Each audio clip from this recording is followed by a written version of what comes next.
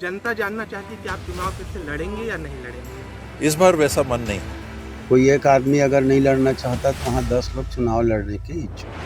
नमस्कार, मेरा नाम यशवंत सौर, आप देखना शुरू कर चुके हैं भिलाई टाइम्स। और ठंड आपको भी लग रही, ठंड मुझे भी लग रही, क्योंकि पारा लगातार गिरते जा रहा है, लेकिन सियासी पारा चढ़ा हुआ है। पारा गिरने का मतलब यह है कि ठंड लगना।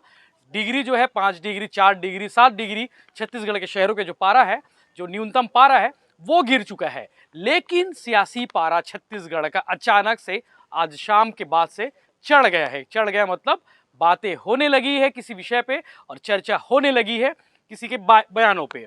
हम बात कर रहे हैं छत्तीसगढ़ के सीनियर मंत्री कहे जाए या फिर सेकंड नंबर के मंत्री कहे जाए, टीएस बाबा। अंबिकापुर से विधायक आते हैं और अभी जो है स्वास्थ्य मंत्री हैं। पंचायत कल्याण विभाग वो पहले छोड़ चुके हैं, लेकिन अब सुर्खियों में है उनके चुनाव लड़ने को लेकर।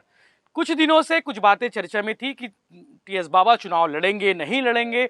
उनके पहले तो इससे पहले जो 2.5 साल की जो कुर्सी वाला विवाद है, 2.5 साल के सीएम वाले विवाद की वजह से वो चर्चा में बने रहते थे। लेकिन अब पिछले कुछ दिनों से चर्चा में थे कि चुनाव लड़ेंगे या नहीं लड़ेंगे, क्योंकि उन्होंने पिछले दिनों एक बयान जारी किया था मूड को लेकर, चुनाव के मूड को लेकर। आज एक बयान टीएस बाबा ने दिया है। उस बयान से कयास काफ़ी कुछ लगाया जा रहे हैं और काफ़ी कुछ तस्वीर साफ हो रही है। टीएस बाबा चुनाव लड़ेंगे या नहीं लड़ेंगे, क्योंकि टीएस बाबा अंबिकापुर सीट से 3 बार के विधायक है, 2008, 2013 और 2018।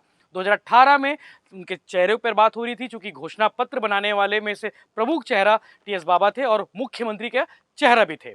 2.5 साल की बातें हुई, आपने सुना, हमने सबने जाना, इस बारे में सबको पता है।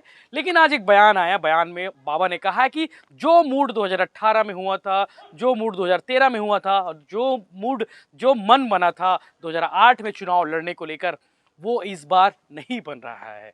बाबा के इस बयान पर प्रतिक्रिया आने लगी है, राजनीति शुरू हो चुकी है। एक और सीनियर मंत्री ताम्रध्वज साहू गृह मंत्री हैं, पीडब्ल्यूडी मंत्री हैं, और छत्तीसगढ़ में जब सरकार बनी थी, जब मुख्यमंत्री भूपेश बघेल ने शपथ ली थी, तो तीनों जो चेहरे थे वही थे। उसमें से टीएस बाबा थे और ताम्रध्वज साहू थे। तो इसलिए ताम्रध्वज साहू का भी बयान इसमें आना लाजमी था। तो पत्रकारों ने आज उनसे बालोद में पूछ लिया कि टीएस बाबा चुनाव नहीं लड़ने वाले हैं, इसको लेकर आप क्या कहेंगे। हालांकि ताम्रध्वज साहू ने जो सटीक जो डिप्लोमेसी जो बयान होता है वो दिया है, हालांकि कुछ स्पष्ट नहीं है, कुछ भी साफ नहीं कहा है, लेकिन उन्होंने कहा है कि आखिर बाबा ने बयान क्यों दिया है ये अभी चर्चा में इस पर बात होगी, और ऐसा है तो वो बाबा जाने, उनका निजी विचार है। तो पहले तो टीएस बाबा का आप ये वीडियो देख लीजिए, फिर उसके आगे हम बात करेंगे। एक चीज होती है, एक कार्यक्रम में बोले थे कि मैं चुनाव लड़ने को लेके एक फैसला लूंगा। वो फैसला क्या है? जनता जानना चाहती है कि आप चुनाव फिर से लड़ेंगे या नहीं लड़ेंगे। क्योंकि फैसला नहीं लिया है तो तब तक का इंतजार मेरे लिए भी, सबके लिए भी। जनता कब तक? मैंने इस बार सही में मन नहीं बनाया, वरना अभी तक जितने चुनाव हुए हैं 2008, 2013, 2018, इसके पहले मन में भी था कि मन है लड़ने का, लोगों से पूछ के लड़ूंगा। इस बार वैसा मन नहीं है, लेकिन जो भी करूंगा पूछ के करूंगा। तो जनता क्या समझे इस बात की? कि इस बार मेरा मन चुनाव लड़ने का वैसा नहीं है जैसा पहले रहता था। मेरा मन नहीं हो रहा है इस बार चुनाव लड़ने का। पिछले बार जैसे चुनाव लड़ा, इस बार मन नहीं है। तो इसका इन बयानों से कांग्रेस को कितना नुकसान होगा? कांग्रेस को कोई नुकसान का प्रश्न नहीं है। कांग्रेस तो एक ऐसी बड़ी संस्था है कि इस पर कोई एक व्यक्ति कहे मुझे चुनाव नहीं लड़ना है तो फिल अप द ब्लैंक्स के लिए लोग तैयार रहते हैं। कोई एक आदमी अगर नहीं लड़ना चाहता तो वहाँ 10 लोग चुनाव लड़ने के इच्छुक रहते हैं। पर टीएस बाबा ने किस भावना से, क्या सोच के उनने कहा, ये तो वही जानेंगे। उनके कहने का क्या भाव है, अर्थ है, क्या परिस्थितियां हैं उनके सामने, वो जानेंगे।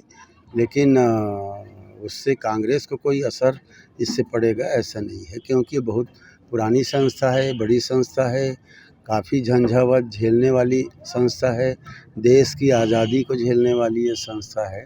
अनेकों परिस्थितियां आई आज़ादी के बाद भी, वो कांग्रेस की संस्था है, तो इसको कोई फर्क नहीं पड़ेगा।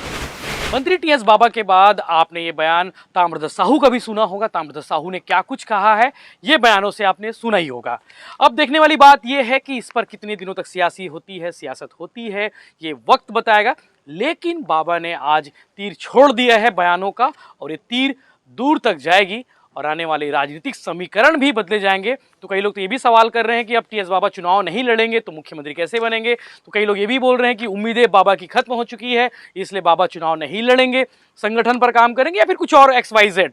हालांकि बाबा के फैसले पर सबकी निगाहें टिकी हुई है, क्योंकि सियासी समीकरण बाबा के हर फैसले पर, भूपेश बघेल के हर फैसले पर, ताम्रध्वज साहू के हर फैसले पर और छत्तीसगढ़ के सीनियर नेता, मंत्री जो भी हैं, उनके प्रतिनिधि हैं, उनके फैसलों पर टिकी हुई है। तो ये तो वक्त बताएगा कि आगे क्या कुछ होगा। हम आपको लगातार खबरें बताते रहेंगे। बने रहिए भिलाई टाइम्स के साथ, चैनल को सब्सक्राइब जरूर करें। धन्यवाद।